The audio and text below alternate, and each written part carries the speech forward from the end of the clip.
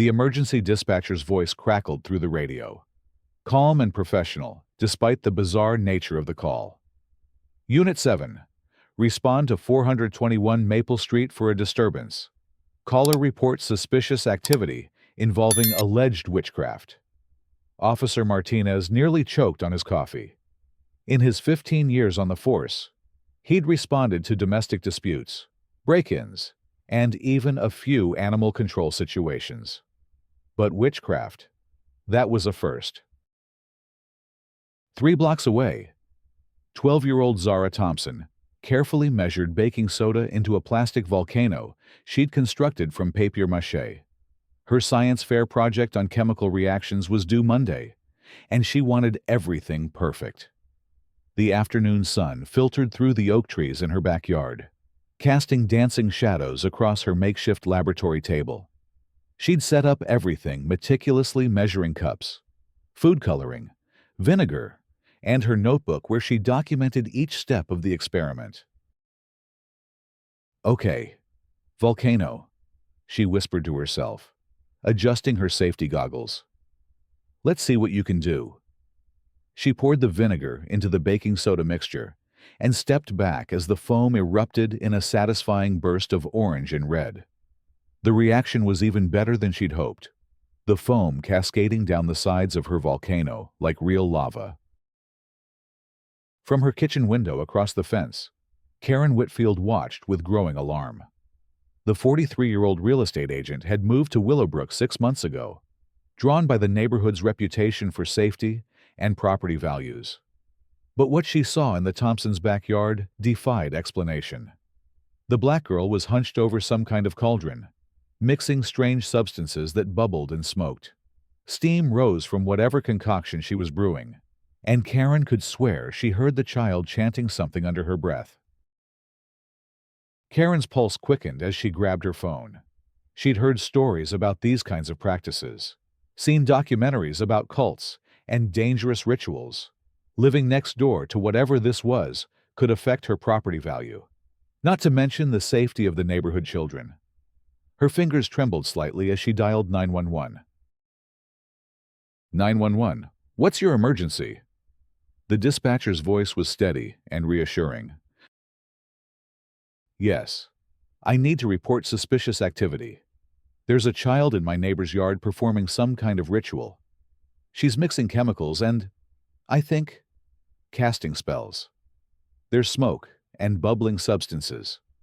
I'm concerned for the safety of the neighborhood.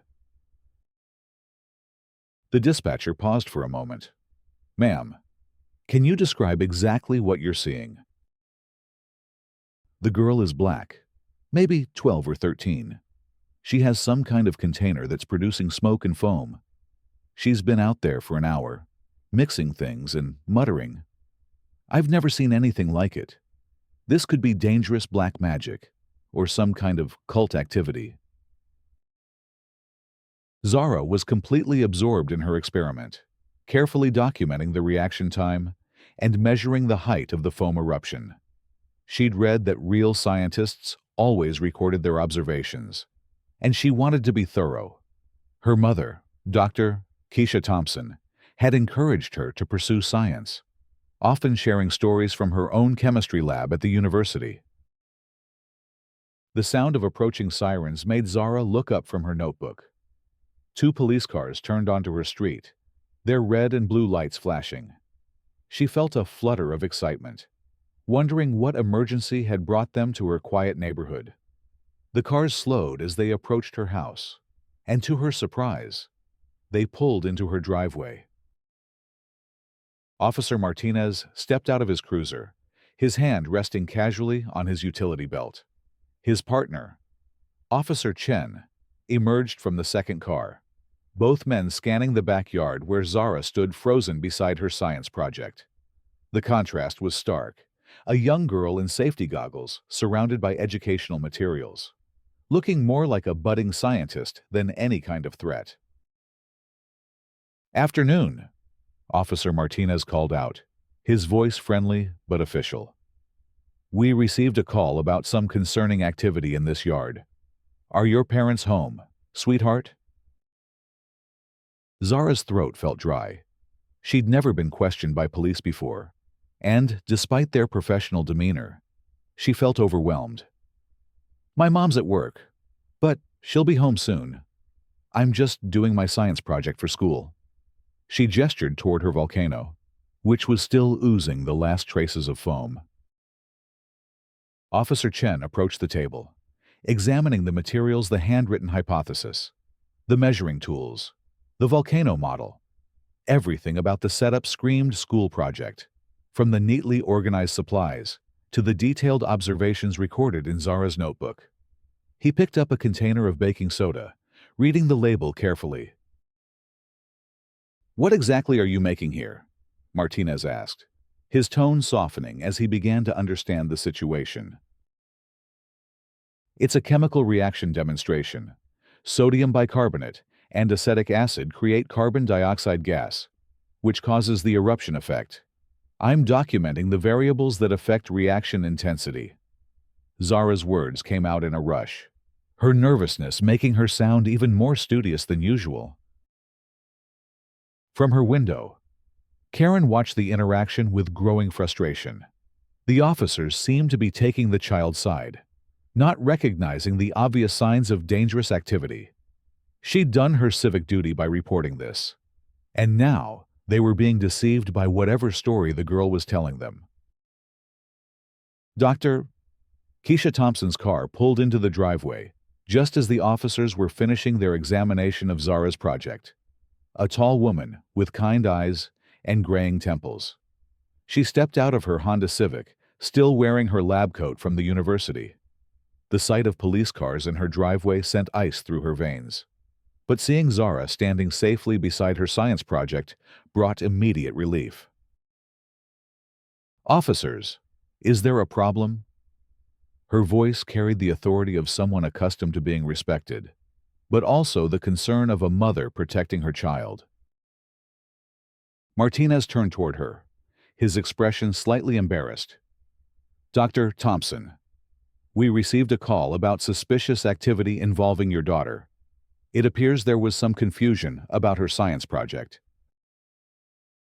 Keisha looked from the officers to Zara's elaborate volcano setup, understanding immediately what had happened.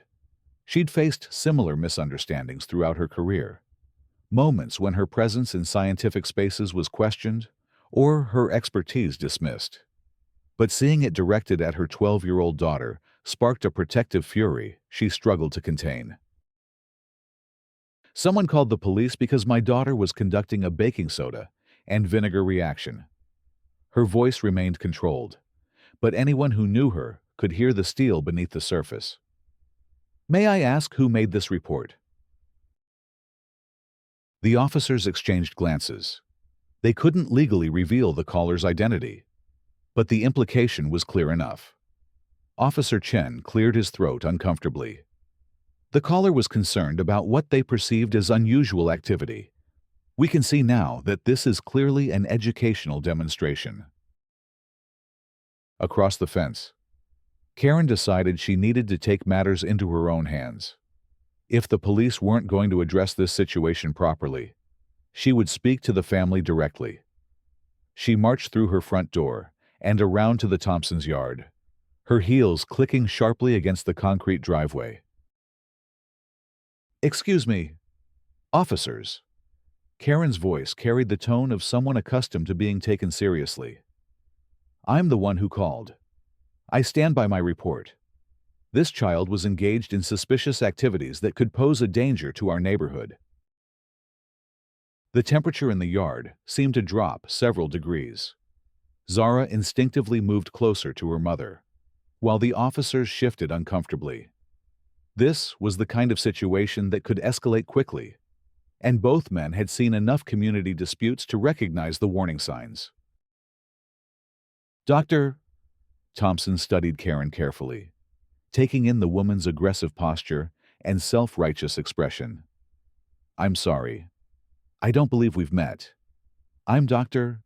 Keisha Thompson, and this is my daughter Zara.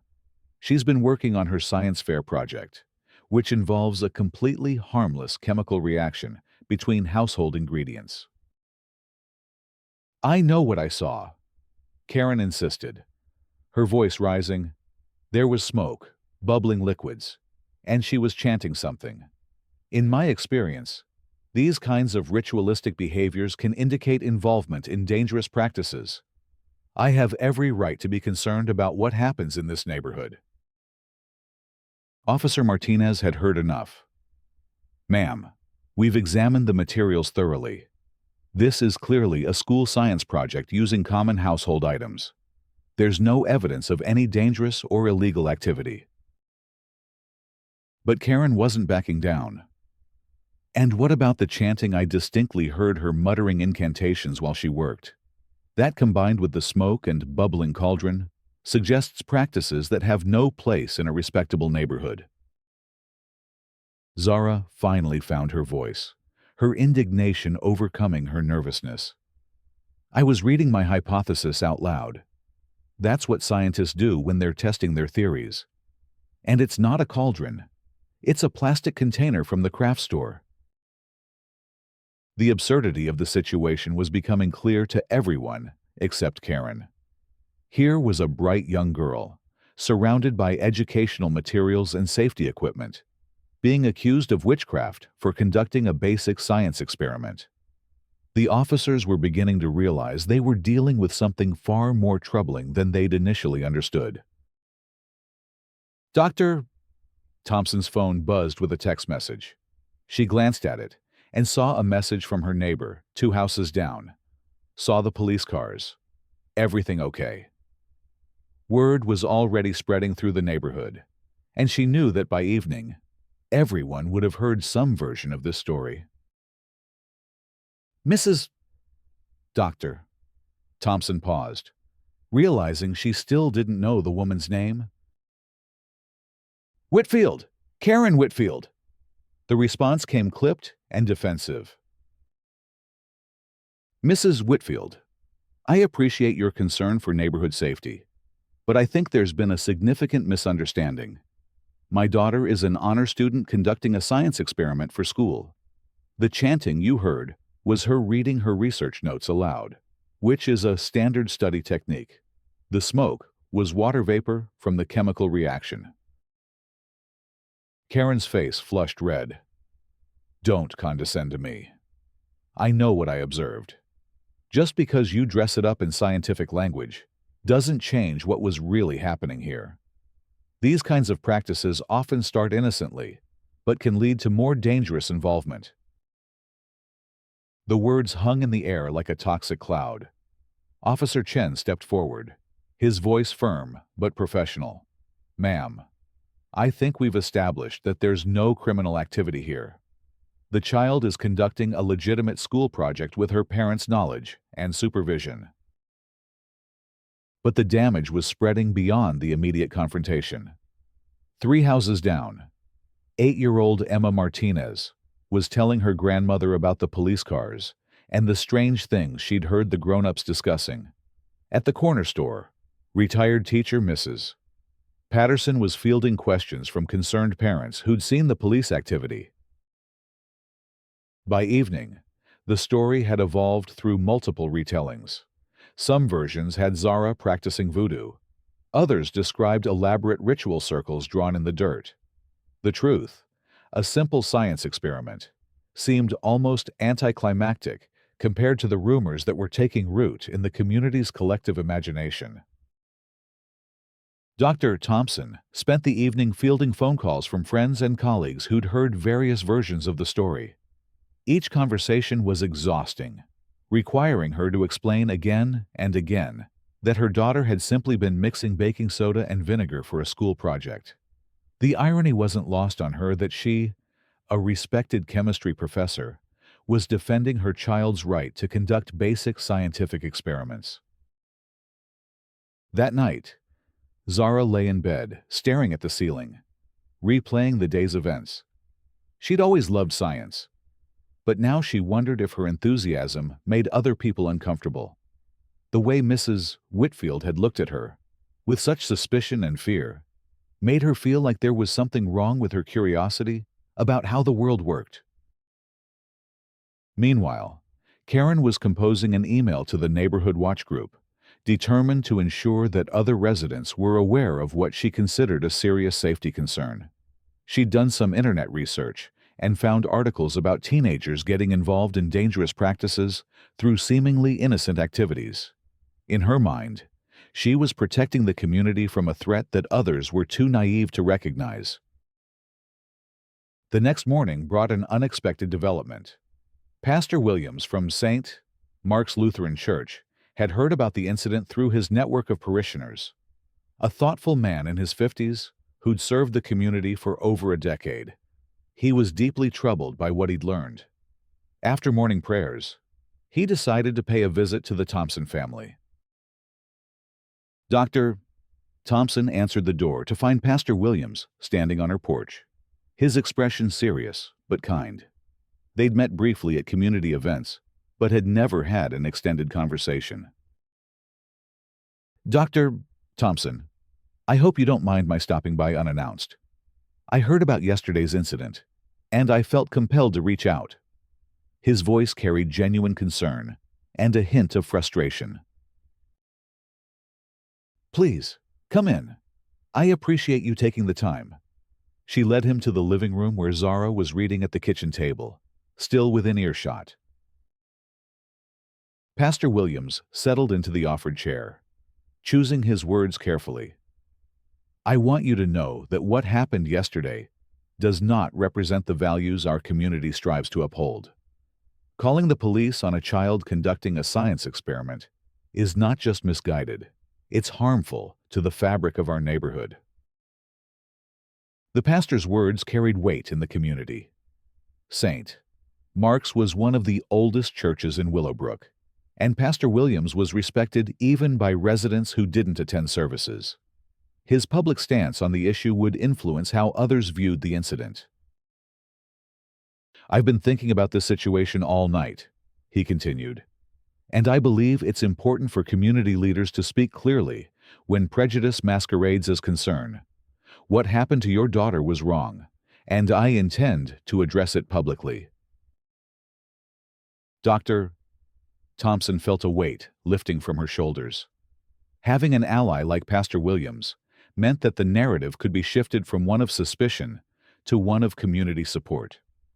I'm grateful for your perspective, Pastor. Zara has been questioning whether her interest in science somehow makes her different or threatening.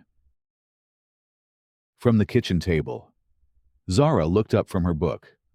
The pastor's words were the first indication that not everyone in the neighborhood viewed her with suspicion. Maybe her love of chemistry wasn't something to be ashamed of after all. That same morning, across town at Jefferson Elementary School, Principal Hayes was dealing with the fallout from the previous day's events. Several parents had called expressing concern about dangerous activities being promoted in science class. The story had mutated further in its retelling, with some parents worried that the school was teaching witchcraft instead of chemistry. Mrs. Rodriguez, Zara's 6th grade science teacher, knocked on the principal's office door with a determined expression. She'd heard the rumors and was appalled by the mischaracterization of her students' academic work. Principal Hayes, we need to address this situation immediately. Zara Thompson is one of our most dedicated science students, and she's being vilified for conducting exactly the kind of hands-on experiment we encourage. Principal Hayes looked up from the stack of complaint emails on his desk. Mrs. Rodriguez, I'm aware of the situation. Several parents are demanding explanations about our science curriculum. Then let's give them explanations. Mrs. Rodriguez said firmly. Let's show them exactly what Zara was doing and why it represents everything we want to encourage in our students. This is about more than one child's science project. It's about whether we're going to allow fear and prejudice to undermine educational excellence. The teacher's passionate defense of her student resonated with Principal Hayes. He'd been an educator for 25 years and had seen too many bright students discouraged by community pressure to conform to narrow expectations. This situation offered an opportunity to take a stand for academic freedom and critical thinking. By Tuesday afternoon, the school had announced a special assembly for Wednesday evening, celebrating scientific inquiry in our community. The event would feature student demonstrations of science fair projects, including Zara's volcanic reaction experiment. It was a bold move that positioned the school firmly on the side of educational advancement over community prejudice. Karen received the announcement with growing frustration. Instead of taking her concerns seriously, the community seemed to be rallying around the very activity she'd reported as dangerous. She decided to attend the assembly, determined to voice her objections publicly and ensure that other parents understood the risks of encouraging such practices. The evening of the assembly, the Jefferson Elementary Gymnasium was packed beyond capacity. Parents, students, teachers, and community members filled every available seat, with more people standing along the walls. The energy in the room was electric, charged with anticipation and underlying tension. Principal Hayes opened the event with a statement that set the tone for the evening. Tonight, we celebrate the curiosity, creativity, and scientific thinking that represent the best of our educational mission. We also reaffirm our commitment to protecting every student's right to learn and explore without fear of persecution. The first part of the program featured various student projects: a fourth grader's study of plant growth, a fifth grader's investigation of sound waves, and several chemistry demonstrations similar to Zara's volcano. Each presentation was met with enthusiastic applause, but the tension in the room was building toward the main event. When Zara's name was called, she walked to the front of the gymnasium with her volcano model and supplies. Her hands were slightly shaky, but her voice was clear and confident as she began her presentation. My project investigates the variables that affect the intensity of acid-base reactions. I hypothesized that the ratio of reactants and the temperature of the materials would significantly impact the reaction. She demonstrated the experiment step by step, explaining the chemistry behind each action. The eruption of foam from her volcano drew gasps and applause from the younger children in the audience. But what struck most adults was Zara's articulate explanation of the scientific principles involved. This wasn't mystical or dangerous. It was pure education in action. Mrs. Rodriguez took the microphone as Zara finished her demonstration. This is what scientific inquiry looks like. It involves careful observation, hypothesis formation, controlled experimentation, and data analysis. These are the skills we want all our students to develop, regardless of their background or interests. Pastor Williams had positioned himself near the front of the audience. When the time came for community comments, he was among the first to stand. I want to address what happened to this young scientist 3 days ago. When fear and prejudice masquerade as community concern, we all suffer. Zara Thompson represents the best of our next generation: curious, dedicated, and scientifically literate. His words carried moral authority that resonated throughout the gymnasium. Several other community leaders followed with similar statements of support, creating a growing chorus of voices defending Zara's right to pursue her scientific interests. Karen had been waiting for her opportunity to speak, and when the microphone was finally available, she stood with the determination of someone convinced of her righteous cause. I appreciate everyone's enthusiasm for education, but we cannot ignore the concerning aspects of what transpired. The secretive nature of the activity, the unusual materials, and the ritualistic behavior patterns warrant serious consideration. A murmur of disapproval rippled through the crowd. Karen pressed on, undeterred by the hostile reception. I'm not opposed to science education, but we must be vigilant about activities that could lead our children down dangerous paths. There are documented cases of seemingly innocent practices evolving into more concerning behaviors. Dr. Thompson had remained seated during the earlier presentations, but Karen's words compelled her to stand. When Principal Hayes offered her the microphone, she accepted it with the gravity of someone who understood that this moment would define how her family was viewed in the community. Mrs. Whitfield, I want to address your concerns directly. You've suggested that my daughter's scientific experiment was somehow secretive or ritualistic. But she was working in our backyard, in full view of any neighbor who cared to look. She was using materials purchased at the grocery store and following procedures outlined in her school textbook. The gymnasium was completely silent as Dr. Thompson continued.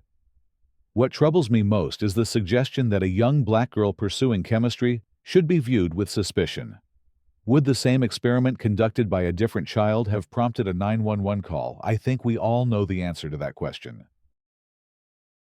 Her words hung in the air like a challenge, forcing the community to confront the uncomfortable truth underlying the entire incident. This wasn't really about science experiments or neighborhood safety. It was about assumptions based on race and the fear that drove those assumptions. Karen's face flushed red as she realized the crowd's sympathies had turned decisively against her. This has nothing to do with race. I would have reported any child engaging in suspicious activities, regardless of their background. But her protests fell on increasingly deaf ears. Parent after parent stood to voice support for Zara and criticism of the original 911 call. Teachers shared stories of other students who'd been discouraged from pursuing science by community prejudice. Even some of Karen's own neighbors publicly distanced themselves from her actions. The turning point came when 10-year-old Marcus Johnson, one of Zara's classmates, asked to speak. His small voice carried clearly through the gymnasium's sound system as he shared his own experience. After I heard what happened to Zara, I got scared about doing my own science project. I thought maybe people would think I was doing something bad too. But my teacher explained that science is about asking questions and finding answers, and that's never bad. The child's innocent words crystallized the stakes of the moment. This wasn't just about one incident or one family. It was about whether the community would nurture or stifle the scientific curiosity of all its children. As the assembly wound down, the overwhelming message was clear. Willowbrook would stand behind its young scientists and reject attempts to criminalize intellectual curiosity. Several community organizations announced their intention to withdraw Karen's membership, viewing her actions as incompatible with their values of inclusion and education. The Neighborhood Watch Group, the PTA, and even the local book club sent formal letters stating that Karen's membership was no longer welcome. Her actions had violated the fundamental principles of community cooperation and mutual respect that these organizations tried to foster. In the weeks that followed, Zara's science project won first place at the district science fair.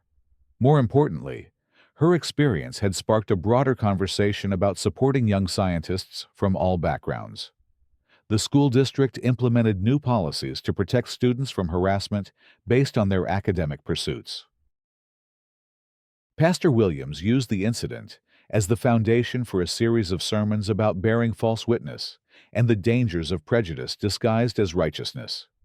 His words reached far beyond his own congregation, influencing discussions in living rooms and coffee shops throughout the community.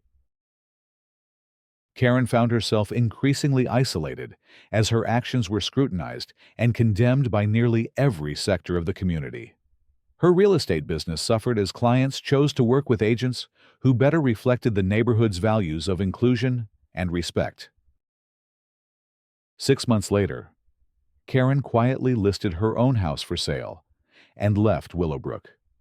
Her departure was met with little fanfare, but considerable relief. The community had sent a clear message that prejudice and fear-mongering would not be tolerated, especially when directed at children pursuing education. Zara continued her scientific studies with renewed confidence, knowing that her community would support her intellectual curiosity rather than criminalize it. She often thought about that day when police cars had pulled into her driveway. But now the memory served as a reminder of how prejudice could be overcome through truth, courage, and community solidarity. Dr. Thompson framed the newspaper article about Zara's science fair victory and hung it in their living room, not just as a celebration of her daughter's achievement, but as a testament to a community that had chosen education over ignorance, inclusion over exclusion, and hope over fear. The incident that had started with a misguided 911 call had ultimately strengthened the bonds that held their neighborhood together, proving that truth and justice could prevail even in the most challenging circumstances.